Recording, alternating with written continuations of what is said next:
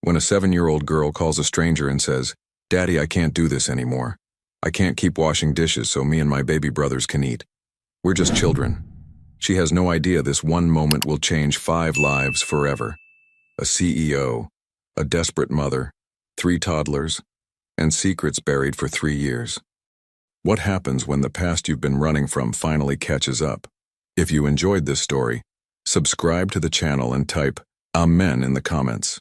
A beautiful piece of good news may come your way very soon, and don't forget to tell us where you're watching from. The fluorescent lights of Marty's diner flickered against the grease-stained walls as 7-year-old Violet Morgan dragged a plastic step stool toward the industrial sink. Her thin arms trembled under the weight of a stack of plates twice her size, remnants of meatloaf and mashed potatoes clinging to the chipped ceramic. The kitchen smelled of burnt coffee and yesterday's fish special, a smell that had seeped into her clothes, her hair, her very skin over the past 8 months. "Faster, kid. Those lunch dishes won't wash themselves." Marty's voice boomed from the service window, his thick fingers drumming impatiently on the stainless steel counter. "You want those leftovers for your brothers or not?" Violet's stomach growled in response, but she nodded silently, plunging her reddened hands into water so hot it made her wince. The soap stung the cuts on her fingers, tiny wounds from broken glasses she'd learned to hide. She couldn't afford to complain, couldn't afford to lose this arrangement. 3 two-year-old mouths depended on whatever scraps Marty deemed unfit to serve his paying customers. The boys were waiting in the alley behind the diner, tucked into a cardboard box fortress Violet had constructed from discarded produce crates. Mason, Lucas, and Tyler, her baby brothers, her responsibility, her entire world. Their identical faces with those striking gray-blue eyes would light up when she brought them food, even if it was just the crusts of sandwiches and the vegetables customers pushed aside. She'd taught them to eat quietly, to stay hidden, to never cry where anyone could hear. Their mother was at the factory again, always at the factory. 2 jobs, sometimes 3, and still they lived in a basement room with walls so thin Violet could hear the rats scratching. Still, Mama came home with empty pockets and exhausted eyes, collapsing onto the mattress they all shared without even removing her shoes. Violet had stopped asking questions months ago, stopped asking why they'd left their small apartment, why Mama jumped at every knock on the door, why she cried in her sleep and whispered a name Violet could never quite make out. The plate slipped from Violet's soapy grasp, shattering against the sink's edge. 3 jagged pieces clattered into the basin. "God damn it!" Marty appeared in the kitchen doorway, his bulky frame blocking the light. "That's coming out of your pay, but I don't get—" Violet bit her tongue, tasting blood. She didn't get paid. She got leftovers. That was the deal. Arguing would mean losing even that. "No food for you today. Maybe that'll teach you to be more careful." Marty's eyes were cold, calculating. "Your brothers can still eat, but you learn what it means to cost me money." Violet's vision blurred with tears she refused to shed. She was so hungry, so tired. Her arms ached from scrubbing, her back hurt from standing, and her head felt light. But she'd gone without food before. She could survive 1 more day. The boys couldn't. "Yes, sir," she whispered, returning to the mountain of dirty dishes. The lunch rush had been brutal. Nearly every table full, which meant more plates, more glasses, more silverware coated in dried ketchup and syrup. Violet's hands moved mechanically. Scrub, rinse, stack, repeat. Scrub, rinse, stack, repeat. Her mind drifted to the small kindnesses that kept her going. The way Tyler laughed when she made funny faces. How Mason always shared his portion with her, even when she pretended she wasn't hungry. The way Lucas would curl up in her lap and fall asleep with his tiny hand clutching her shirt. She didn't notice the man in the expensive suit enter the diner. Didn't see him take the corner booth, the wobbly one near the kitchen that most customers avoided. Didn't hear him order the coffee and sit in unusual silence, staring at his phone with the kind of intensity that suggested he was anywhere but here. Julian Westbrook had exactly 17 minutes before his next meeting.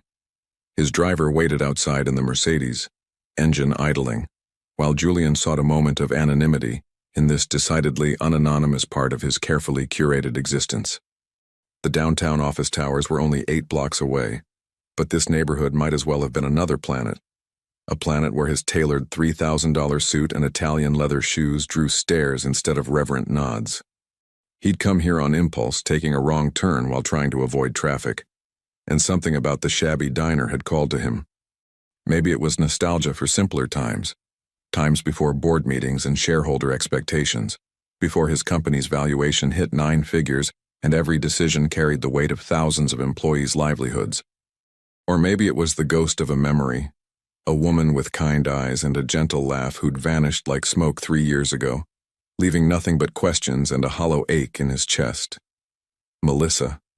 Her name was a prayer he'd long since stopped speaking aloud. The coffee arrived in a chipped mug, bitter and burnt. Julian grimaced but drank it anyway, scrolling through emails that all demanded immediate attention.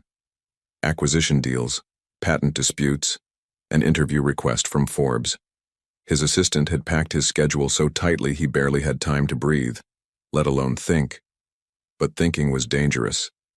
Thinking led him down familiar paths, to that November night 3 years ago when he'd met a woman at a charity gala who seemed utterly unimpressed by his wealth and status.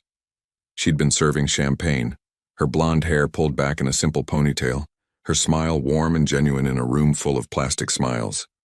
They'd talked for hours after her shift ended, walking through the city until dawn painted the sky pink. He'd fallen in love somewhere between 2nd Avenue and Sunrise, and then she'd disappeared without a trace. No phone number, no last name he could find, no forwarding address. Just Melissa and a memory that refused to fade. Julian set his phone on the table, rubbing his tired eyes. The document he'd been reviewing could wait. He needed these 17 minutes of peace. That's all he'd asked for. Was that too much? The phone screen remained lit with the quarterly report he'd been annotating. He should lock it, but what was the point? He'd be looking at it again in a minute anyway. His phone buzzed with another email and he reached for it, but his hand froze midway as the kitchen door swung open. Through the gap, he glimpsed a small figure at the industrial sink, a child so young she shouldn't be anywhere near a commercial kitchen, let alone working in one. Blonde hair hung in tangled waves around a face pinched with exhaustion.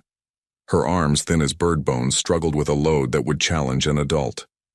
The door swung shut before Julian could process what he'd seen. A child, working, in a kitchen that clearly violated about 14 different labor laws. He glanced at the surly man behind the counter, Marty according to the name tag, who was now yelling something about broken plates and docked pay. Julian's lawyer instincts kicked in immediately. This was wrong, deeply, fundamentally wrong. But he had 16 minutes now. A meeting he couldn't miss. A company that depended on him. He'd call social services from the car, report what he'd seen, let the proper authorities handle it. That was the responsible thing to do.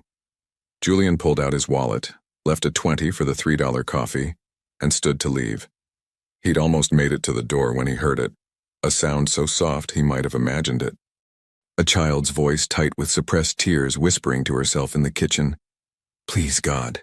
Please let Mama find a better job soon. Please let the boys eat today. I can be strong. I can wait. Just, please help us." Something in Julian's chest cracked. He'd heard prayers before. Countless prayers in countless churches during countless obligatory charity events. But this one, this desperate plea from a child who should be playing with dolls and learning multiplication, this one pierced through all his carefully constructed walls. 15 minutes. The meeting could start without him. His assistant would improvise. The company would survive. Julian Westbrook walked back to his table, sat down, and waited. He didn't know what he was waiting for, didn't have a plan, couldn't articulate why this mattered so much. He only knew that walking away would haunt him far more than any missed meeting ever could. In the kitchen, Violet finished the last plate and carefully dried her raw hands on a threadbare towel. The lunch rush was over. Time to collect the boys' food and disappear before Marty changed his mind about feeding them at all. She moved toward the back door, her stomach cramping with hunger she'd learned to ignore when she spotted it. A sleek black phone on the corner booth table, its screen dark but clearly expensive, clearly forgotten. Her heart hammered. Someone would come back for it. Someone always came back for valuable things. But the bathroom was right there, and she had exactly 3 minutes before Marty would notice her absence. 3 minutes to do something she'd never done before. 3 minutes to ask for help. Violet's hand trembled as she grabbed the phone, her mind racing with justifications. She'd return it. She would. She just needed. She needed someone to hear her. Someone to understand that she was drowning, that her mother was drowning, that 3 innocent babies were suffering for reasons Violet couldn't understand. The bathroom stall door closed with a soft click. Violet stared at the phone. It was still unlocked. The screen showing some kind of business document the man must have been reviewing before leaving it on the table. Her finger hovered over the phone icon. Who did you call when your world was falling apart? When you were 7 years old and responsible for 3 toddlers and a mother who worked herself into exhaustion, but could never seem to earn enough? You called the first number you saw. A number labeled office. The phone rang once, twice. Then a voice, deep, authoritative, but somehow kind, answered. Julian Westbrook. Violet's carefully constructed composure shattered. All the fear, all the exhaustion, all the desperate loneliness came pouring out in a voice that cracked and broke. Daddy, I can't do this anymore. I can't keep washing dishes so me and my baby brothers can eat. We're just children. Please, please help us. I'm so tired. She didn't know why she said daddy. Maybe because that's what children were supposed to have. Fathers who protected them, who made things right, who showed up when the world became too heavy to carry alone. Or maybe because somewhere in her 7-year-old heart, she'd given up on pride and dignity and all the things her mother tried so hard to preserve. Maybe she just needed someone, anyone to care. The silence on the other end lasted an eternity. Violet held her breath, waiting for laughter, for dismissal, for the click of disconnection. Instead, she heard something unexpected. A sharp intake of breath, the sound of rapid movement, a voice suddenly urgent and focused. Where are you? Tell me exactly where you are. Julian burst through the diner's front door with the force of a man possessed. His expensive suit jacket flying open, his phone pressed to his ear as he barked orders to someone on the other end. The few remaining afternoon customers glanced up in surprise, their coffee cups pausing midway to their lips. Marty looked up from the register, his expression shifting from annoyance to alarm as this obvious symbol of wealth and power advanced on his establishment like an avenging angel. I'm at the location now, Julian said into his phone, his eyes scanning the interior with predatory precision. Yes, I'm aware of the legal implications, just get here. He ended the call and focused his full attention on Marty. You have a child working in your kitchen. It wasn't a question. It was an accusation delivered with the kind of cold fury that came from years of courtroom experience, an absolute certainty of being right. Marty's face reddened, his hand instinctively moving to the register as if to protect it. I don't know what you're talking about, mister. I run a legitimate business here. Maybe you should save it. Julian's voice could have cut glass. I heard her. I saw her. And unless you want every health code violation, every labor law breach, and every moral failing of this establishment plastered across every news outlet in the city by tomorrow morning, you'll step aside and let me in that kitchen. The threat hung in the air, heavy and undeniable. Marty's calculation was visible. Fight this well-dressed stranger and risk everything, or cooperate and maybe salvage something from the wreckage. His shoulders slumped in defeat. She ain't my kid, he muttered. She just shows up every day, begs for food. I let her wash some dishes in exchange for leftovers. I'm doing her a favor. A favor. Julian's laugh was bitter. We'll see what Child Protective Services thinks about your favor. He didn't wait for permission, simply strode past Marty into the kitchen. The space was worse than he'd imagined. Grease coated every surface, the floor was sticky with years of accumulated grime, and the ventilation was so poor the heat felt oppressive. And there, standing frozen by the back door with a stack of to-go containers in her arms, was the child from his phone call. Violet's eyes were huge in her thin face, tracking Julian's approach with the wary alertness of a wild animal. She clutched the containers, her brother's food, against her chest like a shield. Please don't take the food, she whispered. They're hungry.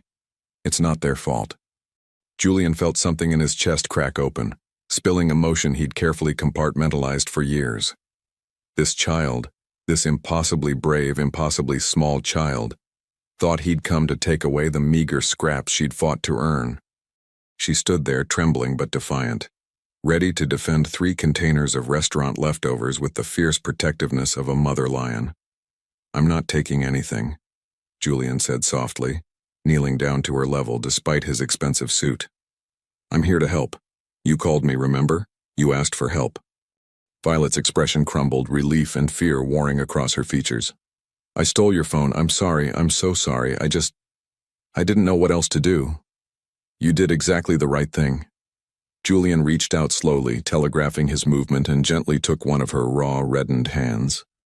The cuts and calluses on those small palms made him physically sick. "My name is Julian. What's yours?" "Violet." Her voice was barely audible. "Violet Morgan. It's nice to meet you, Violet. Now, you mentioned brothers? Baby brothers?" Violet nodded, her grip on the containers loosening slightly. "They're outside, in the alley. I made them a safe place to wait while I work. They're good boys. They don't cry or make noise. I taught them." "Dear God." Julian stood, fighting to keep his expression neutral. "Can you show me?" She hesitated, those old eyes in a young face studying him with heartbreaking skepticism. She'd learned not to trust easily, learned that adults lied, that promises broke, that help often came with strings attached. But something in Julian's steady gaze, in the gentleness of his tone, seemed to tip the balance. "Okay, but you can't tell Marty where they are. He'll be mad if he knows I brought them here." "Marty's going to have much bigger problems than hiding children," Julian assured her. The alley behind Marty's diner was a nightmare of overflowing dumpsters, scattered refuse, and the sickly sweet smell of rot. But tucked into a corner, partially hidden by stacked crates, was a makeshift shelter that spoke of desperate ingenuity. Cardboard walls reinforced with duct tape and plastic sheeting. A blanket, thin and threadbare but carefully folded, serving as both floor and ceiling. And inside, 3 identical pairs of eyes peered out at the world with solemn curiosity. The triplets were tiny for 2-year-olds, their clothes hanging loose on undernourished frames. But those eyes, those striking gray-blue eyes that seemed to look right through Julian, struck him like a physical blow. He'd seen those eyes before, knew those eyes, had fallen in love with those eyes 3 years ago on a woman who'd vanished like morning mist. No, it couldn't be. The world wasn't that small, wasn't that cruel. But even as Julian's logical mind rejected the possibility, his heart recognized the truth with crystal clarity. These children shared more than a passing resemblance to Melissa. They were her miniature mirrors, right down to the way they tilted their heads when examining something new, which meant Julian's knees went weak. He gripped the edge of a dumpster for support, his mind racing through calculations and impossibilities. 3 2-year-olds. One night, 3 years ago. The timeline fit.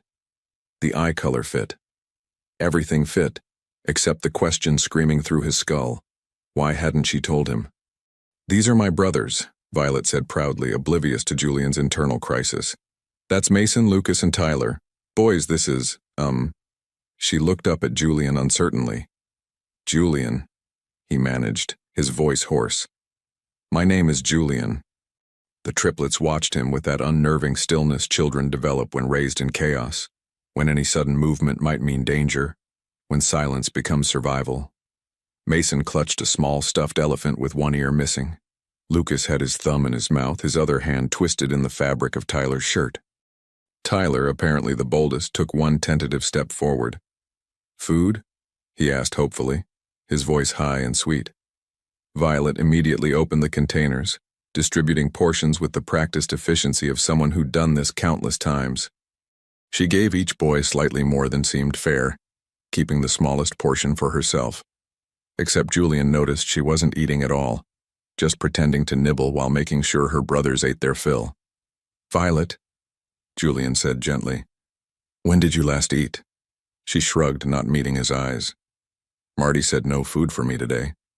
I broke a plate, but that's okay, I'm not that hungry." Her stomach chose that moment to growl loudly enough to be heard over the street traffic. Julian made a decision. He'd made thousands of decisions in his career, multi-million-dollar deals, strategic pivots, hires and fires that affected entire departments. But none of them had felt as monumentally important as this one. He pulled out his phone and made 3 calls in rapid succession. First to his assistant, canceling everything for the rest of the day. Second to his driver, instructing him to bring the car around to the alley. And third to his personal physician, requesting an immediate home visit. "Violet," he said, kneeling down again so they were eye level. "I need you to trust me. Can you do that?" The little girl studied him for a long moment, weighing options she shouldn't have to consider at 7 years old. "Are you going to take us away from Mama?" "No.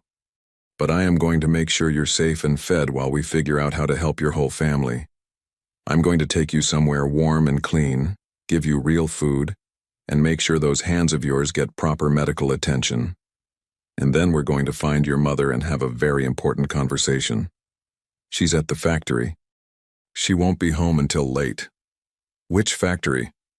Violet rattled off an address that Julian recognized as one of the worst sweatshop operations in the industrial district, a place his company had specifically refused to do business with due to labor violations. Of course Melissa would be there. Of course she'd be working herself to death in the one place Julian's influence couldn't easily reach. "All right, then we'll wait for her at your home. Can you show me where you live?" Another long pause. Another internal calculation. Finally, Violet nodded. "Okay, but you have to promise not to judge Mama. She's trying her best. She loves us so much. Things are really hard right now." "I promise." Julian extended his hand. "I won't judge her. I just want to help." Violet placed her small, damaged hand in his, and something fundamental shifted in Julian's universe. 30 minutes ago, he'd been concerned with stock prices and board meetings. Now holding this child's hand while 3 toddlers gathered around him with the desperate hope of the perpetually disappointed, he understood that he'd just been handed the most important assignment of his entire life. His driver, Thomas, appeared at the alley entrance, his professional composure faltering only slightly at the scene before him. To his credit, he asked no questions, simply opened the Mercedes doors and helped Julian load 4 small children into the pristine leather interior. The triplets' eyes went wide at the luxury, their hands tentatively touching the soft seats as if expecting them to disappear. "Violet," Julian said as Thomas pulled into traffic, "I need you to answer some questions, and I need you to be completely honest with me. Can you do that?" "I think so. Your mother's name is Melissa, right? Melissa Morgan?" Violet nodded. "Melissa Grace Morgan. But she said we used to have a different last name. Before." "Before what?" The little girl's expression shuddered, loyalty warring with the desperate need to unburden herself. "Before we had to leave. Before the scary men came looking. Before Mama started crying all the time." Julian's blood ran cold. "What scary men, sweetheart?" "I don't know. I just know Mama was scared. She packed up all our stuff in the middle of the night and we left our apartment, and she said we couldn't tell anyone where we went. Not even the neighbors who were nice to us." Pieces were clicking into place, terrible pieces that painted a picture Julian wished he could unsee. Melissa, 3 years ago, working as a server at a high-end event. Melissa, disappearing without explanation. Melissa, now hiding in poverty while raising 4 children alone. And those children, 3 of them with eyes that mirrored Julian's own. He'd thought he'd exhausted his capacity for shock today. He was wrong. "Violet, do you know who your brother's father is?" She shook her head. "Mama doesn't talk about him. But sometimes, late at night when she thinks we're asleep, she looks at this old phone she keeps hidden in her pillowcase. And she cries. And she says she's sorry over and over." Julian's hand moved unconsciously to his own phone, the phone Violet had used to call him, the phone he'd left on that diner table not by accident, but by providence. Or fate. Or whatever force governed the universe's cruelest ironies. "One more question, and this is important.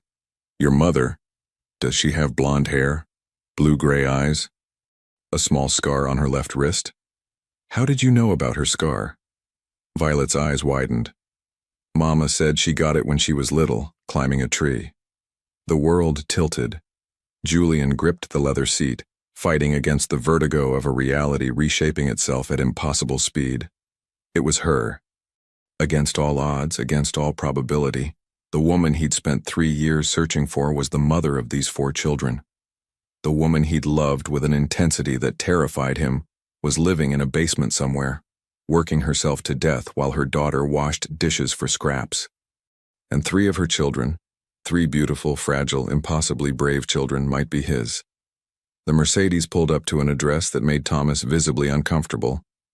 The building was 1 step above condemned, its windows covered in grime, its front steps crumbling, its hallways reeking of mold and despair. Violet led them down a narrow staircase to a basement unit with a door that didn't lock properly. "This is home," she announced with heartbreaking matter-of-factness. "It's not much, but Mama keeps it clean." Julian stepped inside and felt his heart shatter completely. The single room was barely 15 by 20 feet.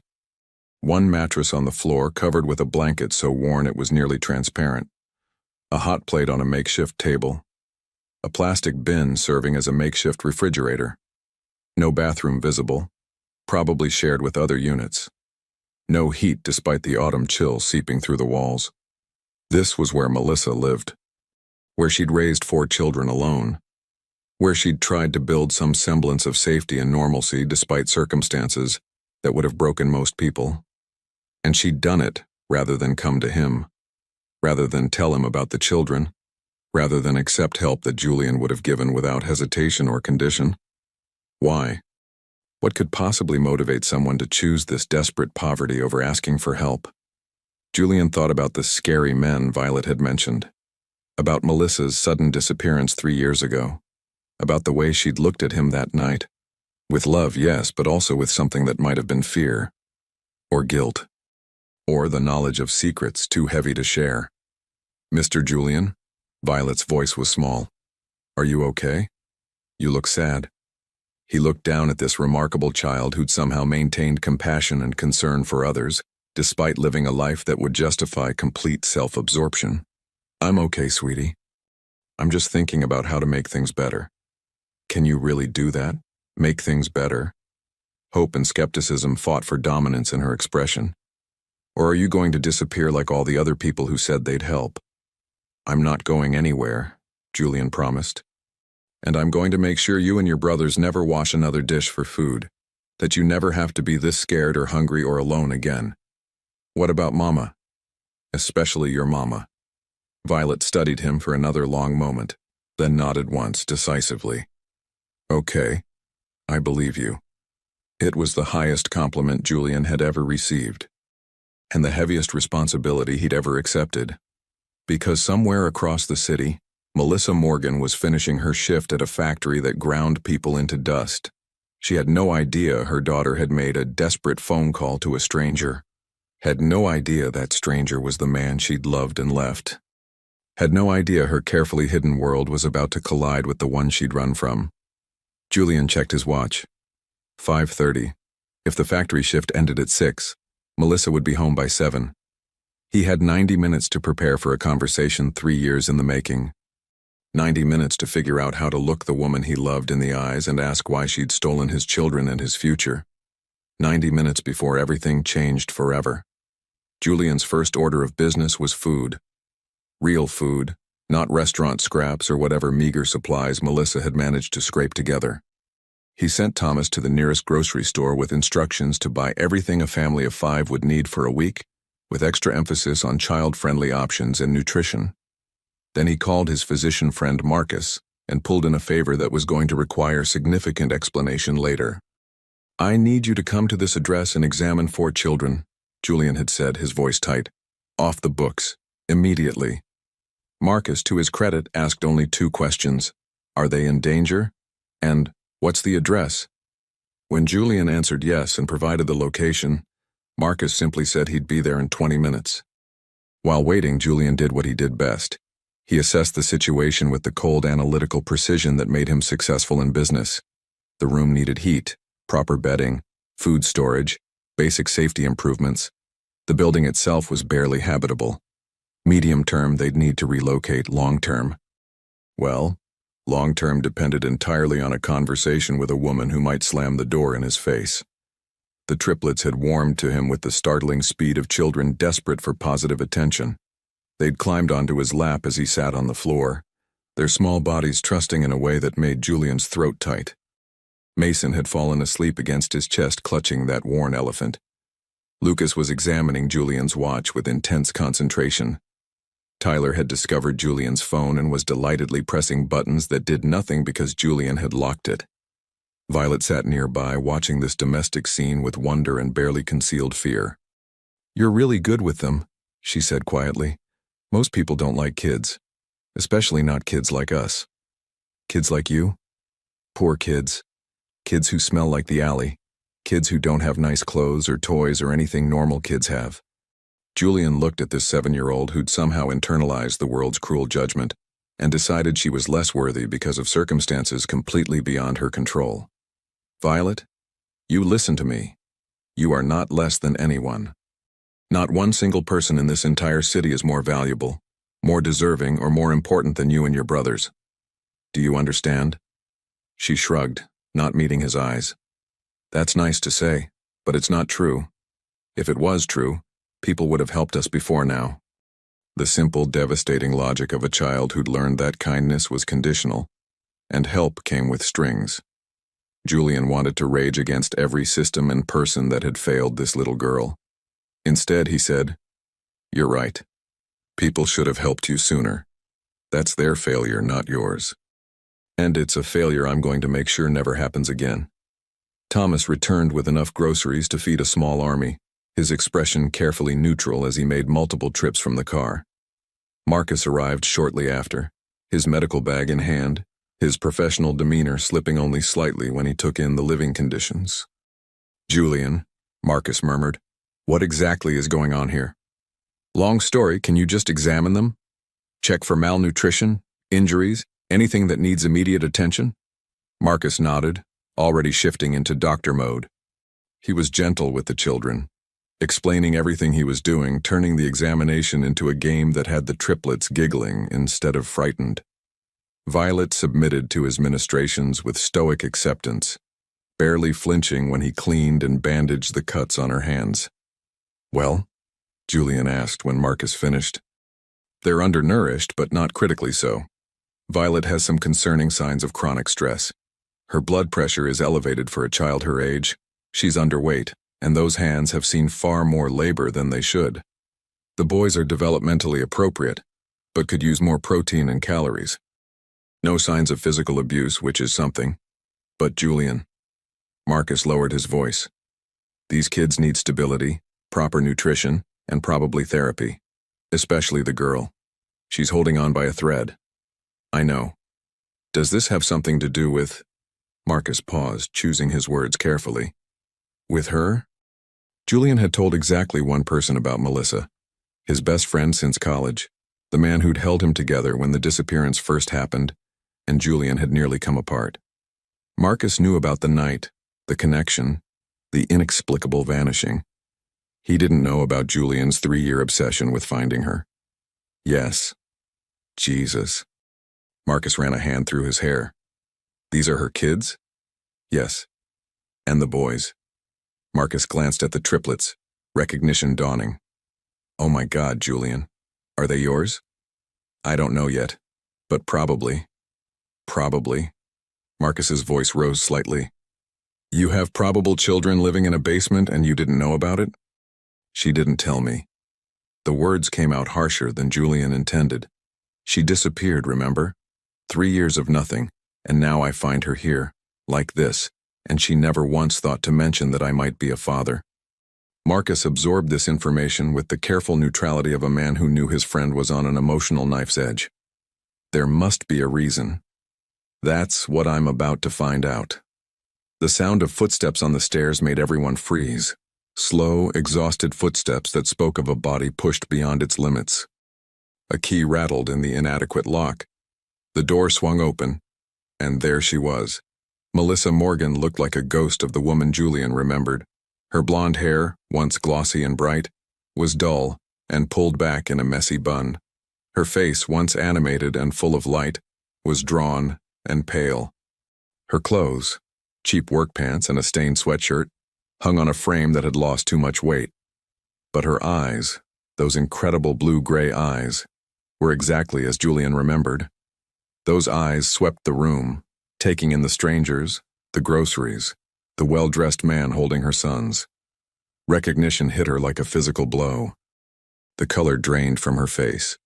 The bag she was carrying fell from nerveless fingers. "No," she whispered. "No, no, no. This can't be happening." "Mama!" Violet jumped up, running to her mother. "Mama, it's okay. This is Mr. Julian. He helped us. He bought food and a doctor came and everything is okay now." But Melissa wasn't looking at Violet. She was staring at Julian with an expression of absolute devastation. Terror and longing and guilt and love all twisted together in a mask of pure anguish. "Hello, Melissa," Julian said softly, carefully transferring the sleeping Mason to the mattress. "It's been a while. You shouldn't be here." Her voice shook. "You can't be here. They'll find out. They'll come. Oh God, what have you done? Who will find out? Who'll come?" Julian stood, approaching her slowly, as if she might bolt. "Melissa, what are you running from?" She shook her head frantically, backing toward the door. "You have to leave right now. Forget you saw us. Forget this address. Please, Julian, if you ever cared about me at all, you'll walk away and never come back." "I can't do that. You have to." Her voice broke. "You don't understand what you've done just by coming here. They watch. They're always watching. And if they see you, if they connect you to me, to the children—" She stopped, pressing a hand to her mouth as if physically holding back words. Julian's mind raced. The pieces were there, scattered across 3 years and 1,000 unanswered questions. "Melissa, are the boys mine?" The question hung in the air like a guillotine blade. Violet gasped softly. Marcus took a sudden interest in his medical bag. Melissa's face crumpled, tears finally spilling over. "I can't," she sobbed. "I can't answer that. Don't ask me to answer that." "Why not?" "Because if they are, if those 3 beautiful children sleeping on that mattress are my sons, then you've kept them from me for 2 years. You've let them grow up in poverty while I had resources that could have changed everything. So you're going to tell me why, Melissa. You're going to tell me right now what could possibly justify this." His voice had risen despite his best efforts. The boys stirred, sensing tension. Tyler started to whimper. Melissa moved immediately to comfort them, her mother's instincts overriding everything else. She gathered all 3 into her arms, murmuring reassurances, and Julian saw the love there, fierce, protective, absolute. Whatever else she'd done, whatever secrets she was keeping, her devotion to these children was unquestionable. When the boys settled, she turned back to Julian. Her expression had shifted from panic to resignation. "I'll tell you, but not here, not in front of them, and not until I'm sure we're not being followed." "Followed by whom?" "Your brother." The words hit Julian like a bucket of ice water. "My brother? Christopher? What does he have to do with any of this?" Melissa's laugh was bitter and broken. "Everything. He has everything to do with it. But I need you to promise me something first. Whatever I tell you, whatever you learn, you won't go to him directly. You won't confront him without a plan. Because he's dangerous, Julian. More dangerous than you know. And he spent 3 years making sure I could never come back to you." Julian's world tilted again. His brother, his brilliant, successful, occasionally ruthless older brother, connected to Melissa's disappearance. It was impossible. It was insane. Except Melissa's fear was real, her terror genuine. And suddenly Julian was remembering things he'd dismissed as coincidence. Christopher's unusual interest in Julian's love life, his questions about that server girl, his subtle suggestions that Julian was better off alone, focused on business. "All right," Julian said slowly. "I promise. But you're going to tell me everything." Melissa nodded, exhaustion and relief competing in her expression. "I will. But first." She looked around the room, at the groceries, at Marcus, at the clear evidence of Julian's immediate intervention. "First, I need you to tell me something honestly. Why did you come? Why now after all this time?" Julian crossed the room, stopping just short of touching her. Your daughter called me. She found my phone at a diner where she washes dishes for food, and she said something that broke my heart and changed everything. She called me Daddy and asked for help. Melissa's intake of breath was sharp. She called you. Understanding dawned. The diner. Oh God, Violet, baby, you went to the diner again? I had to, Mama. The boys were so hungry, and I thought if I could just get enough food. Violet's voice trailed off, guilt written across her features. You're 7 years old. Melissa pulled Violet into a fierce hug. You're a baby yourself. You should be in school playing with friends, not washing dishes for scraps. Oh, my sweet girl, I'm so sorry. I'm so sorry. It's okay, Mama. I don't mind. I'm strong. You shouldn't have to be strong. You should get to be a child. Julian watched this exchange with emotions he couldn't name.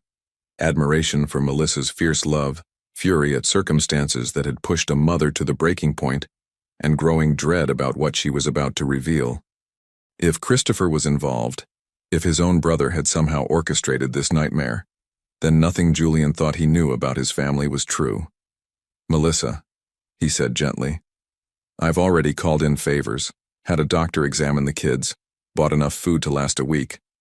Thomas is waiting in the car outside, and I have a secure apartment that nobody knows about, not even Christopher. Let me take you somewhere safe tonight. Let the children sleep in real beds with full stomachs, and then, when you're ready, you can tell me everything. She searched his face for a long moment, looking for something, reassurance, proof, a reason to trust.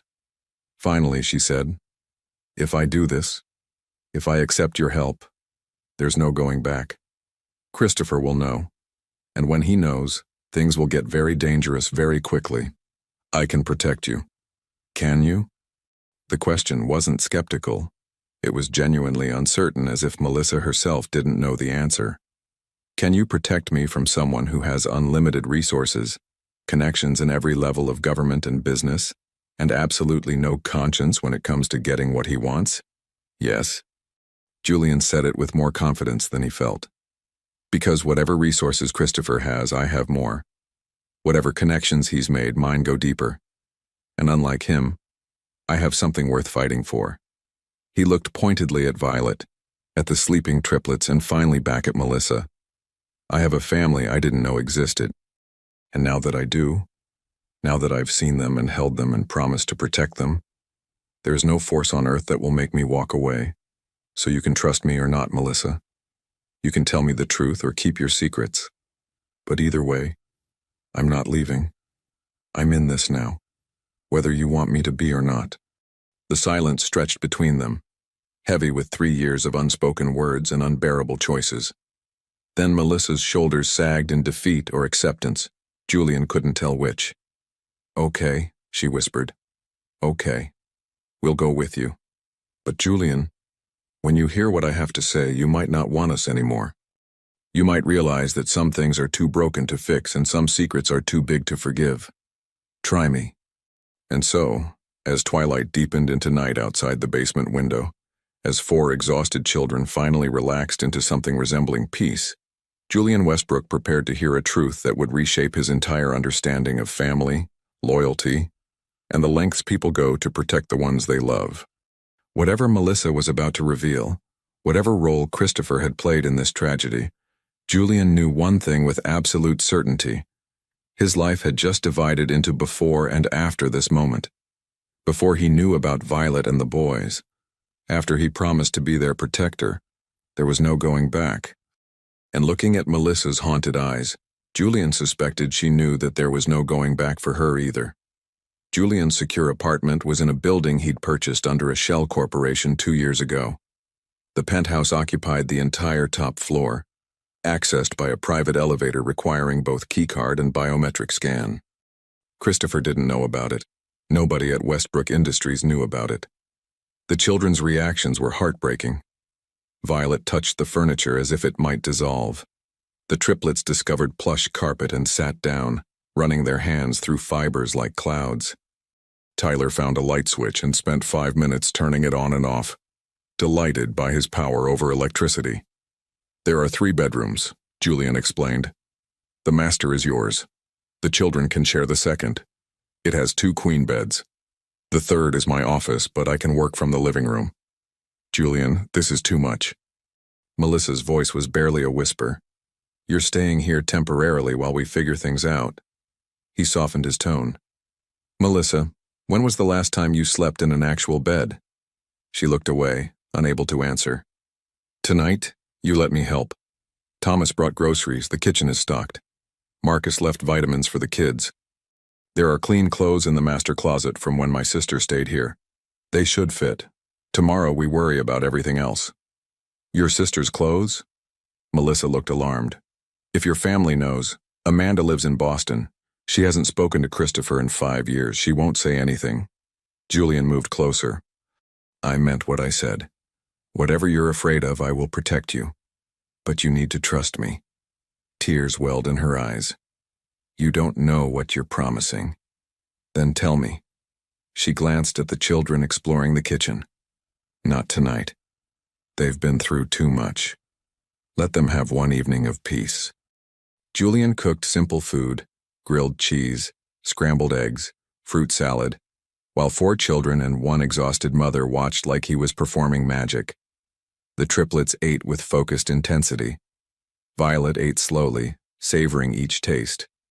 Melissa ate almost nothing, her eyes constantly drifting to the windows, the door. Nobody knows we're here, Julian reminded her. Excellent security.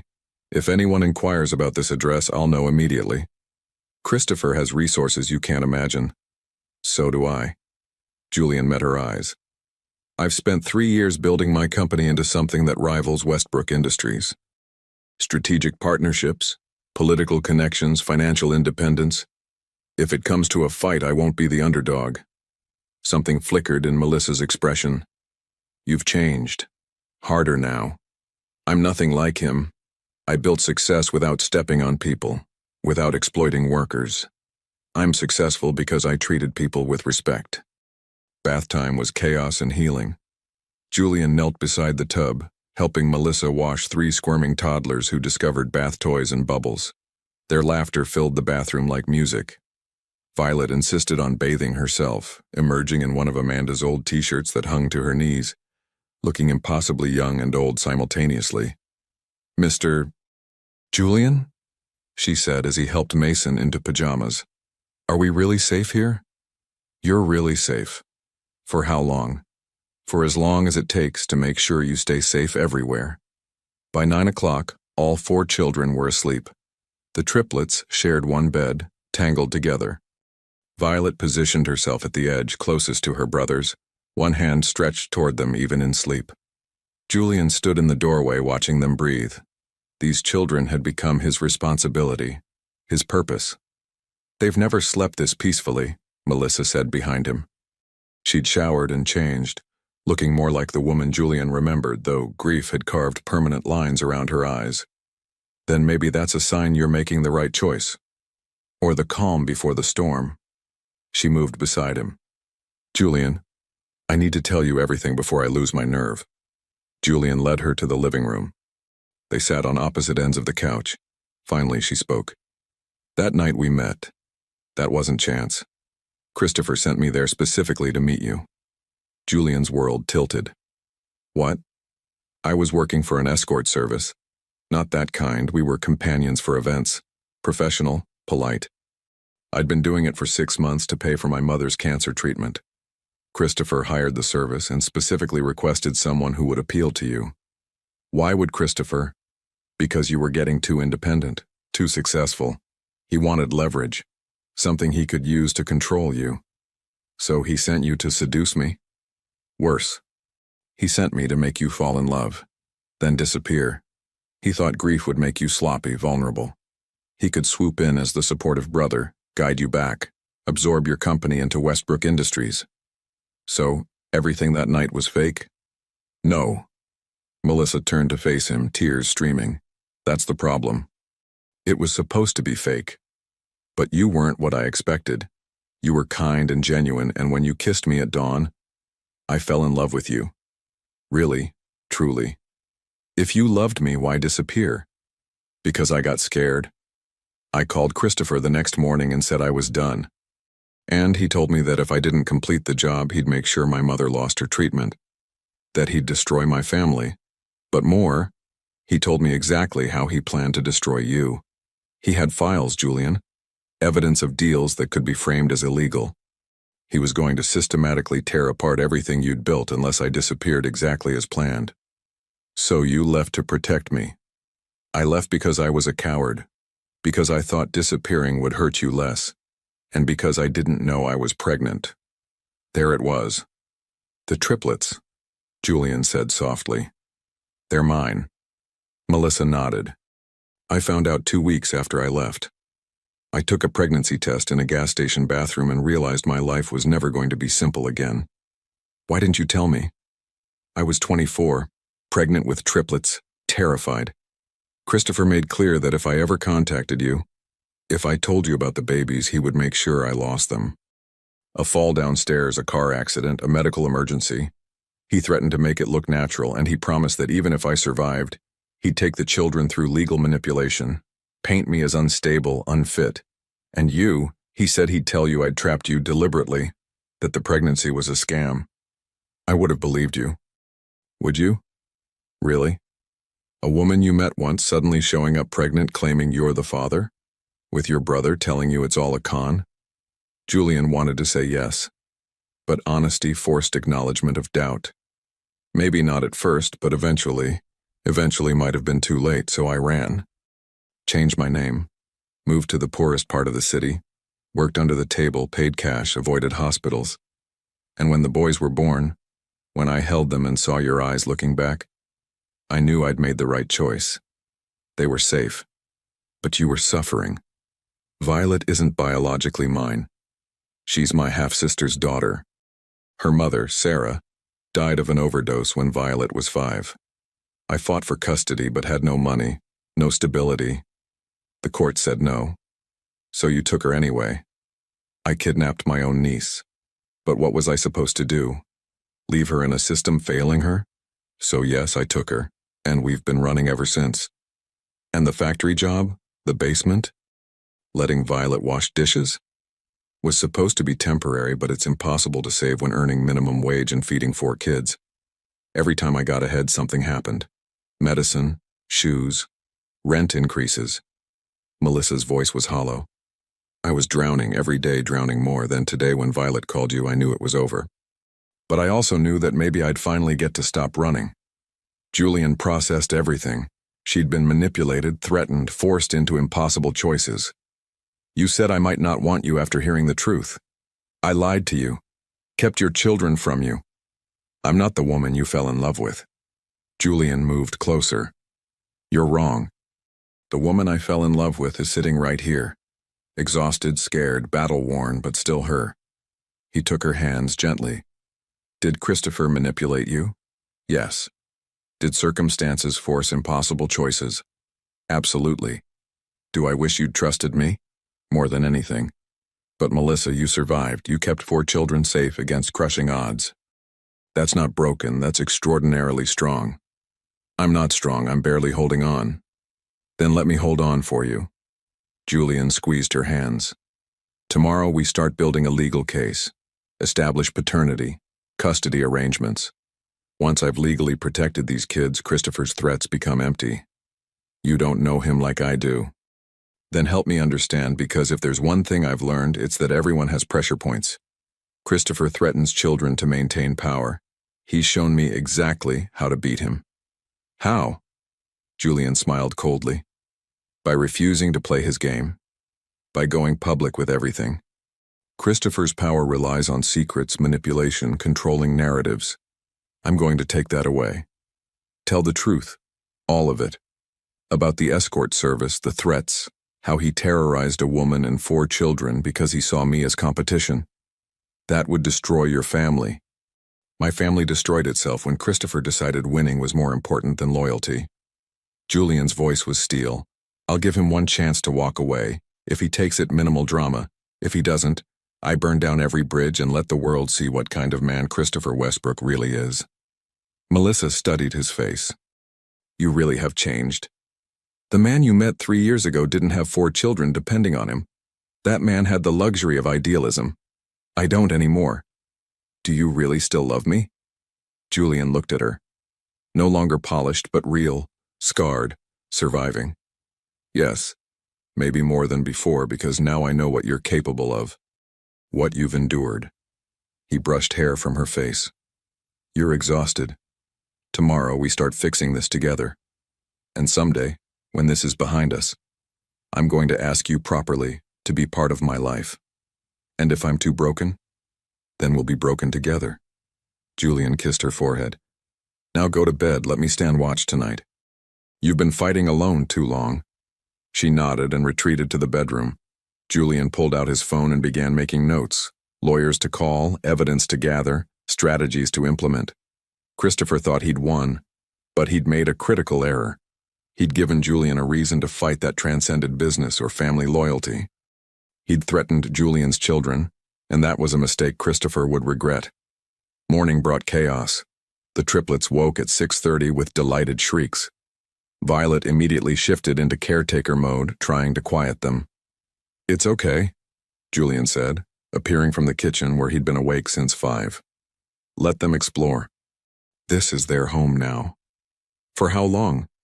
Violet's question was pointed. Until your brother finds us? We're not running anymore. Today we start fighting back. Julian had assembled a team. Margaret Chen, a family law attorney known for aggressive protection of children's rights. David Okoye, a private investigator specializing in corporate espionage.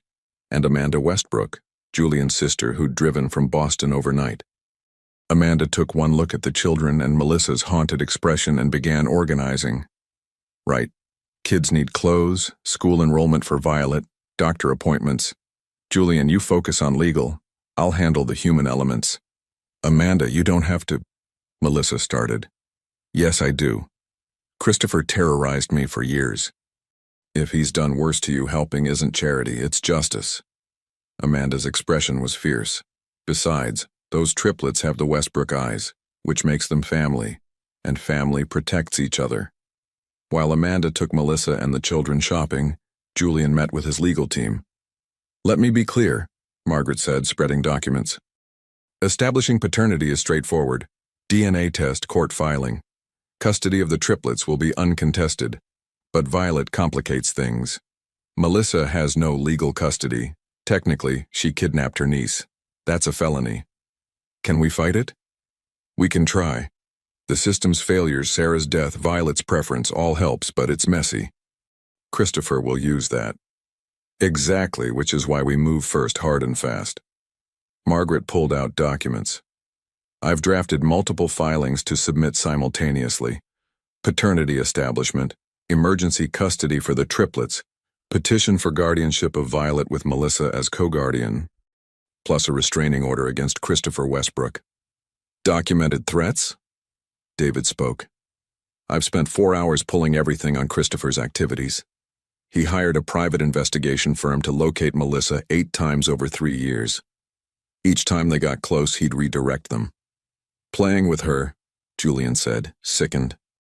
Cat and mouse, classic psychological torture. But it means there's a paper trail. With legal pressure, we can force that firm to testify about Christopher's intent to harass. That's leverage. It gets better. The escort service shut down amid trafficking investigation. The owner kept excellent records. Those records are in law enforcement custody, including communications between Christopher and the service, specifically discussing engineering a meeting between Melissa and you. Can we access them? With subpoena power, yes. Which brings my recommendation. Don't play defense. Go on offense. File a civil suit against Christopher for emotional distress, conspiracy, harassment. Force him to defend himself under oath. That destroys any remaining family relationship. Then decide what's more important, their approval or these children's safety. Margaret's voice was gentle but firm. You can't have both. Julian looked at the documents. Then he thought about Violet's raw hands, 3 toddlers in a cardboard box, Melissa's desperate survival. File everything. Hit Christopher with everything simultaneously, and schedule a press conference for 3 days from now. Margaret and David exchanged glances, then nodded. Let's build a case Christopher Westbrook can't escape. That evening, after everyone left, Julian gathered Melissa, Amanda, Margaret, and David for final strategy. Christopher knows by now that Melissa is here, so what's his next move? Julian's phone buzzed. Unknown number. We need to talk. Tomorrow, 2 p.m., my office. Come alone. It's a power play, Margaret said. His territory, his terms. Which is why you shouldn't go, David added. But Amanda shook her head. No, he should go. But not alone, and not unprepared. You need to face him, let him make threats, let him think he's in control. But you'll be recording everything. He's my brother. Part of me wants to believe there's some explanation. There isn't, Melissa said flatly. Julian, I've had 3 years to hope Christopher would develop a conscience, but men like him don't feel remorse. They feel entitled. She's right, Amanda confirmed. Whatever he wants from this meeting isn't reconciliation. It's information. Fine. I'll go. Let him talk. Then I'll give him one chance to walk away. If he refuses, we proceed with full legal assault and public exposure. That night, after everyone had left, Julian stood by the windows. Melissa appeared beside him, wrapped in a blanket. Are you really ready for what choosing us means you'll lose? I'm not losing anything that mattered. Christopher stopped being my brother when he decided threatening children was acceptable. I'm gaining 4 children who need me. A woman I never stopped loving. She leaned against him. They stood together, drawing strength, preparing for battle. Tomorrow, don't expect the brother you remember. Expect a stranger who looks like family but thinks like an enemy. And Julian, don't let him make you doubt what we have. I believe you. Whatever Christopher said tomorrow, Julian's certainty was unshakable. He'd found his family, and he'd protect them with everything he had. Westbrook Industries headquarters occupied 42 floors in the financial district. Julian entered with David Okoye and 2 security professionals. He wore a wire. His phone live-streamed audio to a secure server. Christopher's office was on the top floor. He stood at the window, back to the door. Classic power pose. When he turned, his smile was warm. Julian, thank you for coming. Christopher moved forward but stopped when Julian remained still. No hug? You threatened to kill Melissa and 3 children. Forgive me if I'm not feeling affectionate. Christopher's smile didn't falter. She told you her version, how predictable. He sat casually. Please, sit. I'll stand. Suit yourself. Christopher studied Julian.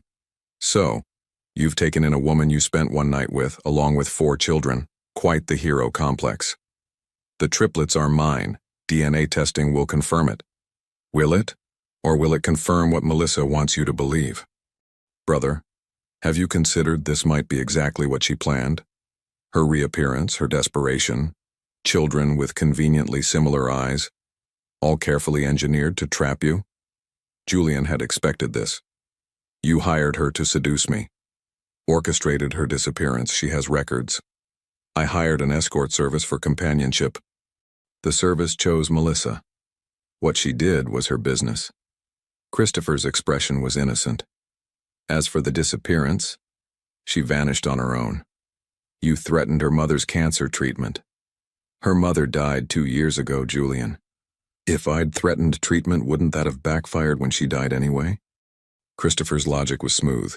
Think about it. What would I gain from threatening some random woman? Control over me. I have a billion-dollar company, international partnerships, political connections. Why would I need to control you? Christopher spread his hands. You're my brother. I love you. Yes, I wanted you to stay with Westbrook Industries, but threatening children? That's movie villain behavior. Julian felt the ground shifting. Christopher's reasonable tone, logical arguments. This was what Melissa warned about. Then explain the private investigators. 8 attempts to locate Melissa. I was trying to help you. You were heartbroken, and I thought if I could find her, you could get closure. Christopher's expression was sympathetic. You redirected them every time. I redirected them when I realized she didn't want to be found. What was I supposed to do? Force an encounter that would traumatize you both? Christopher sighed. Julian, I'm not the villain. I'm the brother who's watched you tear yourself apart for 3 years over a woman who used you. Now she's back, conveniently destitute with children she claims are yours. Can you not see how that looks? For a moment, Julian wavered. Christopher's version was logical. If Julian hadn't heard Melissa's raw honesty, hadn't seen the children's conditions, he might have believed it. But he'd seen those things. And he'd seen Christopher's mask slip when Julian mentioned DNA testing. You're very good. The concerned brother act. Almost had me doubting. But you made one mistake. What mistake? You assumed I came to be convinced. I didn't. I came to give you one chance to walk away. Julian pulled out his phone, showing legal filings. These will be submitted in 2 hours. Paternity establishment, emergency custody orders, a civil suit against you with subpoenas for every communication with investigators and the escort service. And a press conference tomorrow where I tell the world everything. Christopher's amusement vanished, replaced by cold fury. You wouldn't. Try me. The only thing that stops this is your written agreement to leave Melissa and the children alone. No contact, no investigation. You stay out of our lives, I stay out of yours. And if I refuse, then I destroy you. I expose every dirty deal, every manipulation. I use every media connection to paint you as the monster you are. When Westbrook Industries' stock crashes, I'll buy up the pieces and rebuild without you. Christopher stood slowly, his demeanor cracking. You arrogant, do you have any idea what I've built? What I've sacrificed?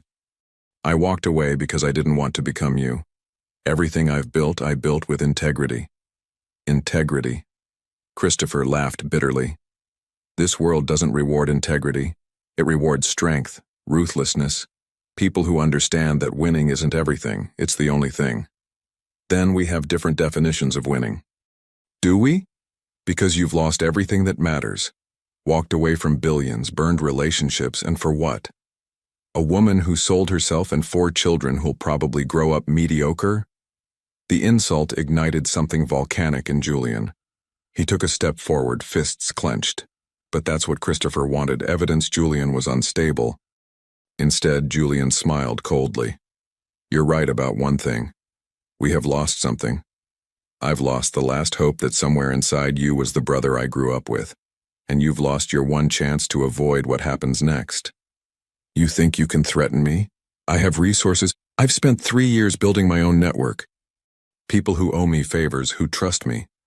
When I go public, when I expose what you did, a lot of people will remember every questionable deal you strong-armed them into. Christopher shifted from fury to calculation. There's still a way to resolve this amicably. Perhaps I was too aggressive trying to protect you. Perhaps I made errors. But we're family, we can work through this.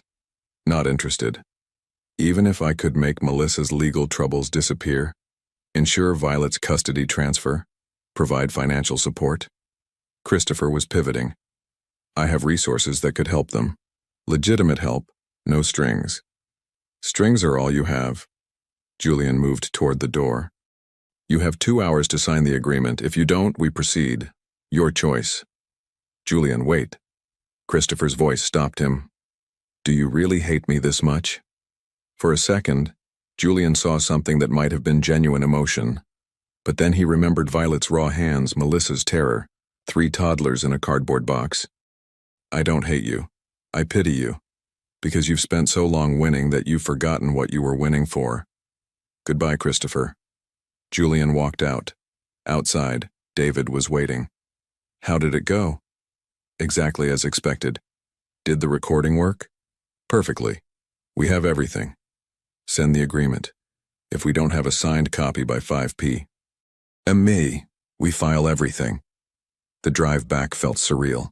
Julian's phone buzzed with messages from family members, all urging him to be reasonable. He ignored them. Melissa was waiting, anxiety across her face. What happened? He tried to make me doubt you. Almost worked for 3 seconds. Then I remembered who I'd seen in that cardboard box. Did he agree to leave us alone? Not yet, but he will, because the alternative is losing everything. At 4:58, Julian's phone rang. Margaret Chen. He answered on speaker. We have it. Signed agreement. Delivered 7 minutes ago. He agrees to no contact with Melissa or the children. no interference with custody, and a formal apology filed with the court, but kept sealed. In exchange, we don't proceed with public exposure. Julian felt tension drain.